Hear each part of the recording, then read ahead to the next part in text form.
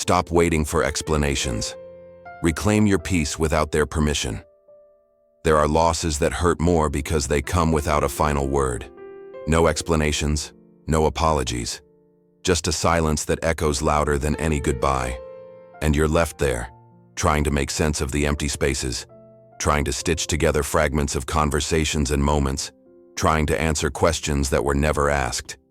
You keep waiting for closure, a message, a meeting, a gesture that makes it all make sense. But it doesn't come.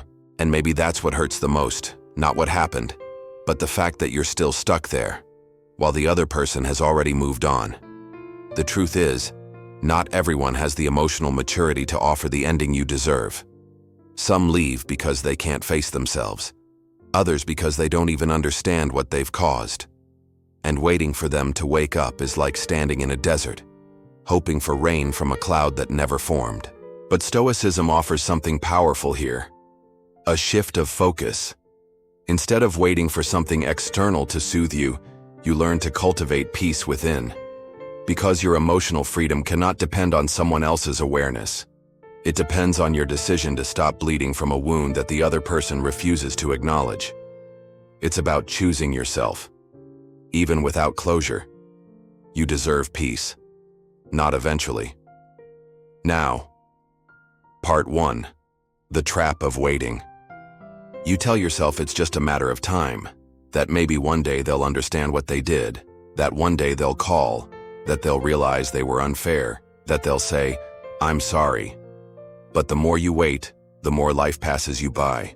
And in this waiting, you start building an entire prison made of illusions, where you believe your peace depends on someone else's awakening. The most dangerous thing about waiting is that it feels like you're doing something, but you're not. You're standing still while convincing yourself you're moving. You're giving your best energy to someone who may never think of you again. You're handing your story over to someone who left the book open on a chapter they never cared to finish. And the worst part? You start shaping your worth around this silence. You start questioning yourself. Was I not enough? Did I do something wrong? Should I have tried harder? You turn their lack of clarity into your inner chaos. You call it love, but what you're really doing is bleeding quietly, hoping that pain turns into closure. But here's what Stoicism teaches us. If your peace depends on someone else's behavior, you're still not free. If your healing is trapped in an apology you may never get, then you're still holding your power hostage. Epictetus said, "Freedom is the only worthy goal in life."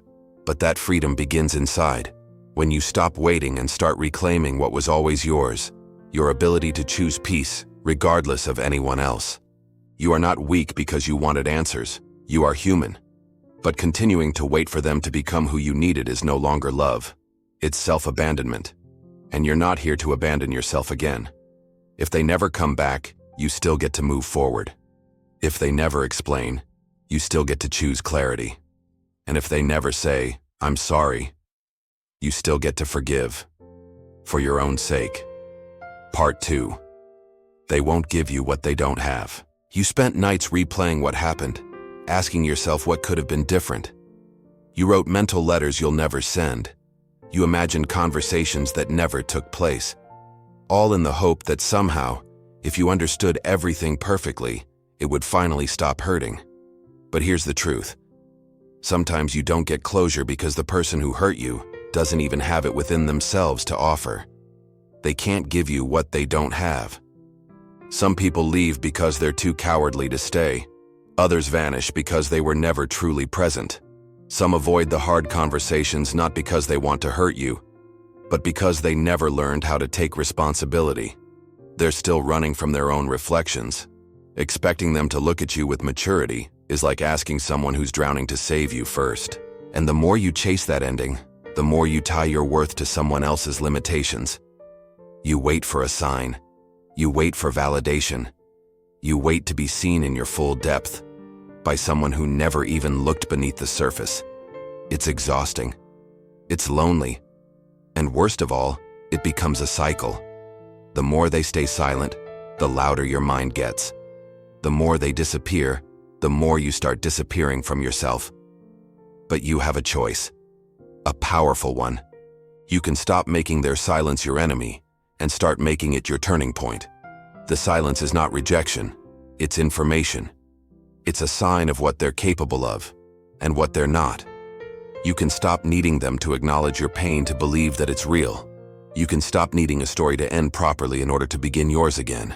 Marcus Aurelius once wrote, "The best revenge is to be unlike him who performed the injury." That's not about superiority, it's about sanity. Choosing your peace over their absence. Choosing your self-respect over their confusion. Choosing growth over looping pain. You're not weak for wanting closure. You're just finally ready to admit it may never come. And even so, your life continues. Lighter, stronger, and no longer waiting. Part 3. Peace is an inner construction. When you finally stop begging for an explanation, a strange silence sets in. And it's not a peaceful silence at first. It's a loud one. Your mind screams in the absence of answers. But over time, something shifts. You begin to see that peace isn't found in someone else's words. It's built in the space you once filled with waiting. Real peace begins when you stop depending on others to bring it to you. For the Stoics, serenity isn't what happens when life goes as planned. It's what you build inside when it doesn't. It's a state you cultivate when you stop trying to control what's outside your reach and start focusing on your own responses.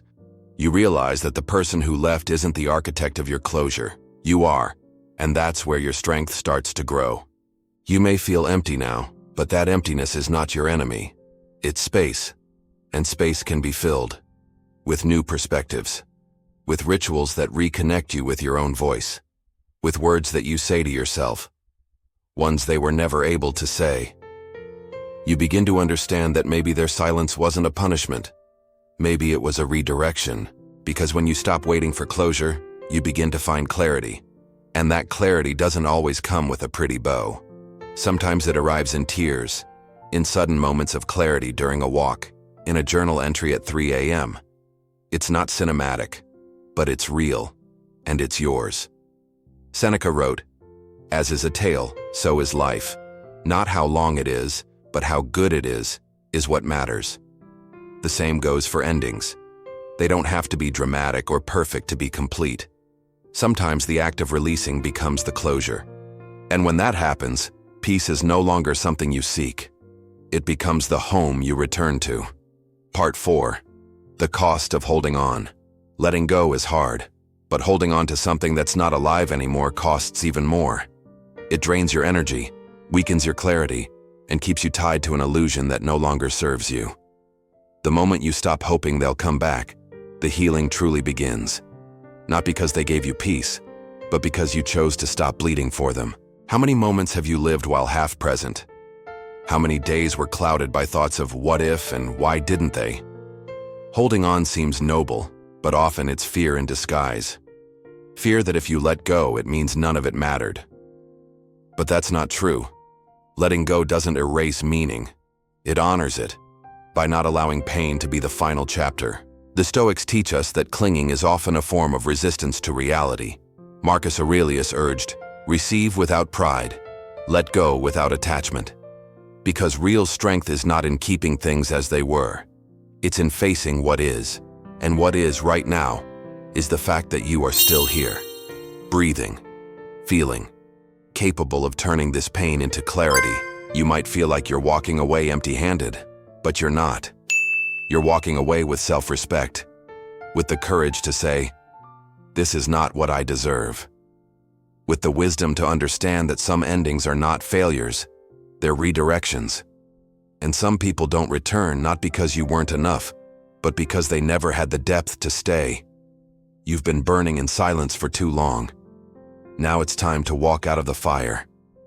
To stop begging for a chapter that was never written, and to start writing the one where you finally come back to yourself.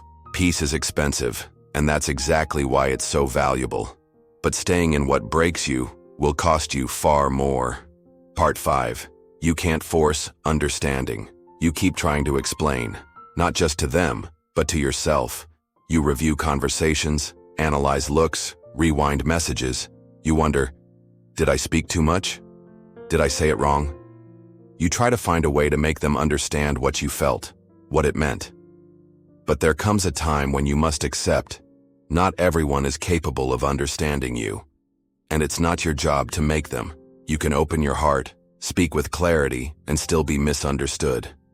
Not because you failed, but because they were never really listening. Some people don't want to understand. They want to be right. They want comfort, not truth. They want control, not connection. And the more you explain, the more you bleed in places where no one is willing to hold you. The Stoics teach us that we must speak our truth, but not depend on others to validate it. Epictetus said, "It's not what happens to you, but how you react to it that matters." If they misunderstood you, that's their story. But you don't have to keep rewriting yourself to fit someone else's lack of awareness. You may never get to prove your side. You may never hear, "I see it now." But what if you stopped needing that? What if your peace didn't depend on being understood, but on being true to yourself even in silence? And let them misunderstand. Let them build whatever version of you they need to sleep at night. That story belongs to them, but the truth of who you are, that belongs to you. And the moment you stop begging for understanding, you gain something far more powerful: clarity. You are not the villain they painted, and you don't need to keep proving it. You're free the moment you stop trying to change their perception and start protecting your peace. Part 6. Stop making yourself small just to keep them close. You noticed it slowly. You started holding back when speaking. You laughed a little less. You stopped sharing your real thoughts, afraid it would be too much. Little by little, you dimmed your light, all to avoid rejection. All to keep someone close who only stayed when you stayed silent. But here's the truth. Any bond that requires you to shrink isn't a connection. It's control. And staying in that space is not loyalty. It's abandonment of self. You can love someone deeply and still realize that the version of you they want isn't the real you. You adjusted your tone, filtered your emotions, made yourself easier to digest. But you were never meant to be a watered-down version of yourself. You were meant to be whole, intense, honest, alive. And anyone who truly sees you won't ask you to be less. They'll lean in closer. The Stoics weren't concerned with pleasing others.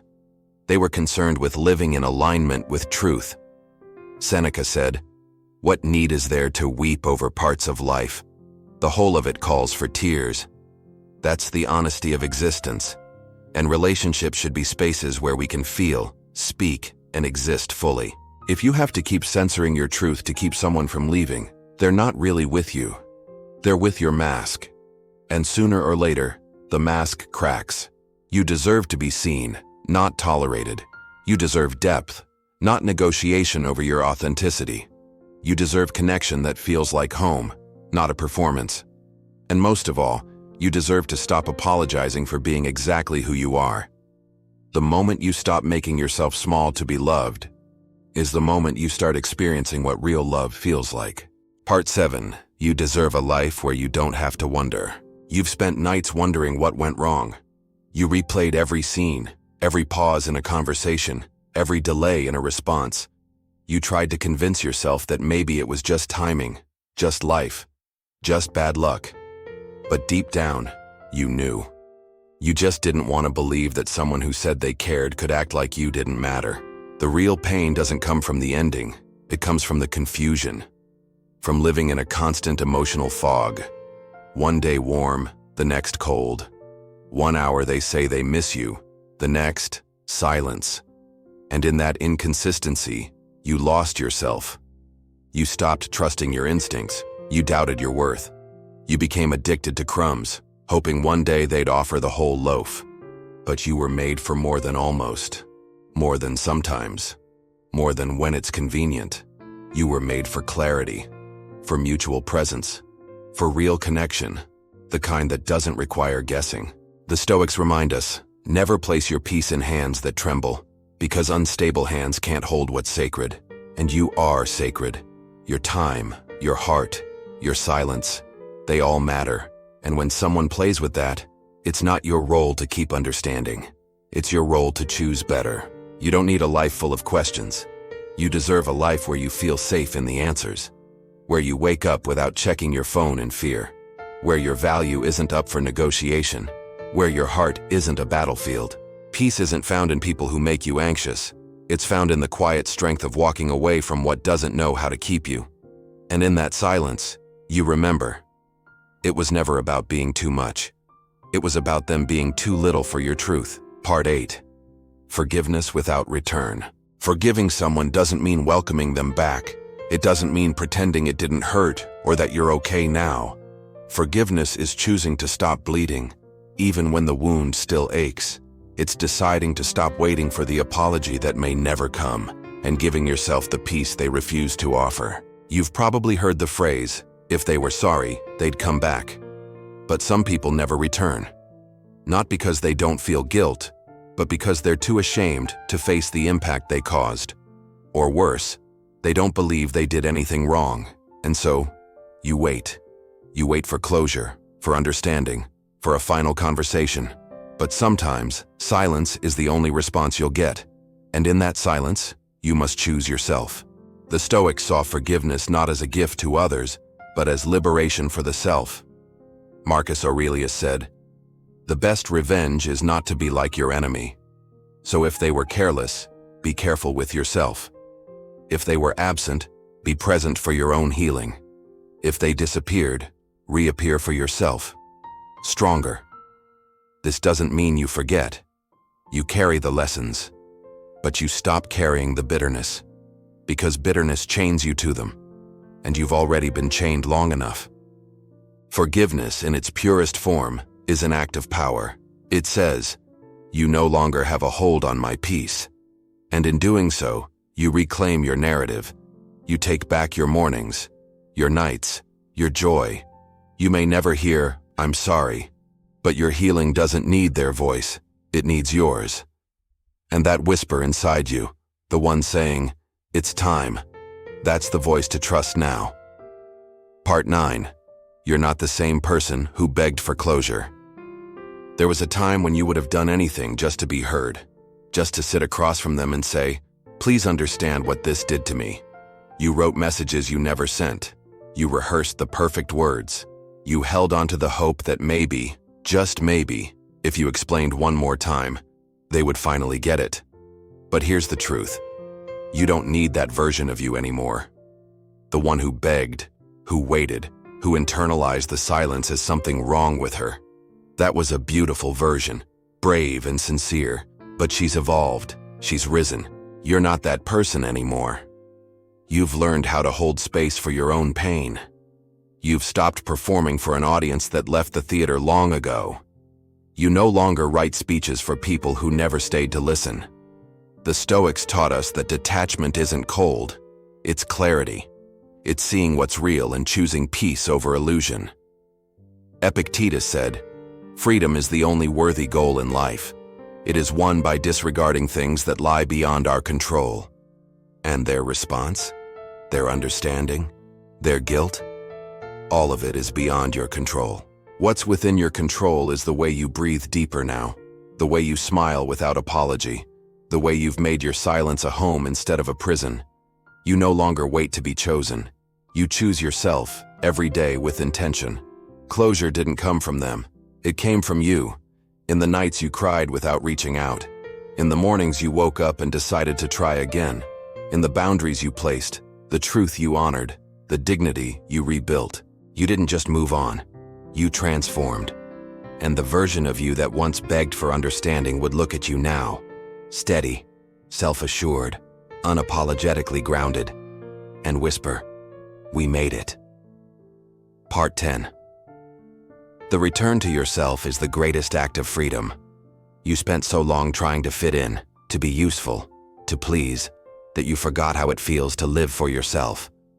You forgot the joy of your own company, the trust in your own intuition, the peace in walking beside who you are, even when the world doesn't understand. But Stoicism teaches us that there's no real freedom if you're still chained to the approval of others. If you keep shrinking, twisting, editing yourself to be accepted. If you keep putting others' comfort above your own truth. That feeling of being lost isn't a mistake.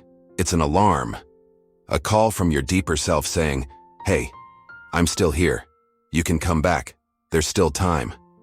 And no, it's not too late. It doesn't matter how long you've been disconnected, how long you've lived for someone else, the return is always possible. And it starts with tiny acts of courage, a firm no, a boundary set with calm, a night in silence, just breathing, a moment of writing where you slow down and meet yourself again.